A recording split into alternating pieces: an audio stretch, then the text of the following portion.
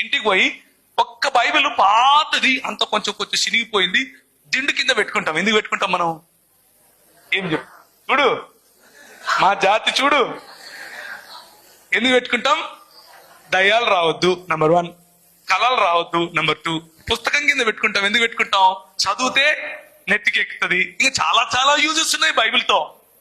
దిండు కింద పెట్టుకోవచ్చు, పుస్తకం కింద పెట్టుకోవచ్చు, బ్యాగులో పడేసుకోవచ్చు కదా. నేను అంతే సేమ్. అది తీసి ఎత్తుకుతున్నా, ఫస్ట్ నుంచి లాస్ట్ వరకు ఈ న్యూ టెస్టిమెంట్ చదువుతున్నా. ఆ పక్క రూమ్ లో మా వాళ్ళు రెగ్యులర్ గా కూర్చొని ఏమిరా పేకటకు వస్తలేవు అంటున్నారు. నాకు అర్థమైతలేదు, నేనేమో చదువుతున్నా. ఎక్కడుంది అది? నేను లోకానికి వెలుగుని ఎట్లవుతా? ఎక్కడుంది అది అని వెతుకుతున్నా. పక్కన అడగచ్చు కదా. ఎందుకు అడగం?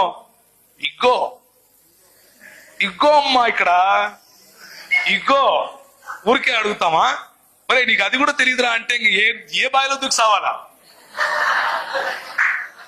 కదా? అవునా కదా? ఇప్పుడు మత్తయి సువార్త అంటే మనోళ్ళు పాత నిబంధనలు ఎత్తుతున్నారు ఇక్కడ. అది అవునా కదా? సో ఇక్కడ ఎవరిని అడగకూడదు, మనమే కనిపెట్టాలి.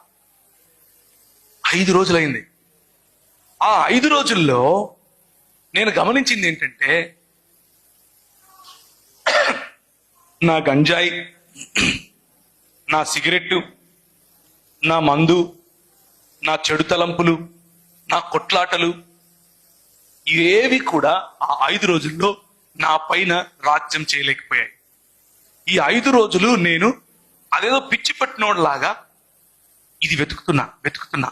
ఆ వెతికే క్రమంలో ఈ కొత్త నిబంధన మొత్తం ఒక 5 సార్లు చదివాను, రోజుకొకసారి. ఎందుకు? ఈ వచనం కనుక్కోవడం కోసం. లాస్ట్ దొరికినా కానీ చదువుతూనే ఉన్నా. నేనున్న రూమ్ పక్కనే రైల్వే ట్రాక్. పొద్దు నుంచి రాత్రి వరకు కనీసం ఒక 100 రైళ్లు పోతాయి సికింద్రాబాద్ దగ్గర. కానీ ఆ 5 రోజుల్లో ఒక్క రైలు శబ్దం కూడా నాకు వినపడ. ఒక రకమైన ట్రాన్స్ అన్నమాట, ఒక రకమైనటువంటి రూపాంతరము చెందేటటువంటి ప్రక్రియ.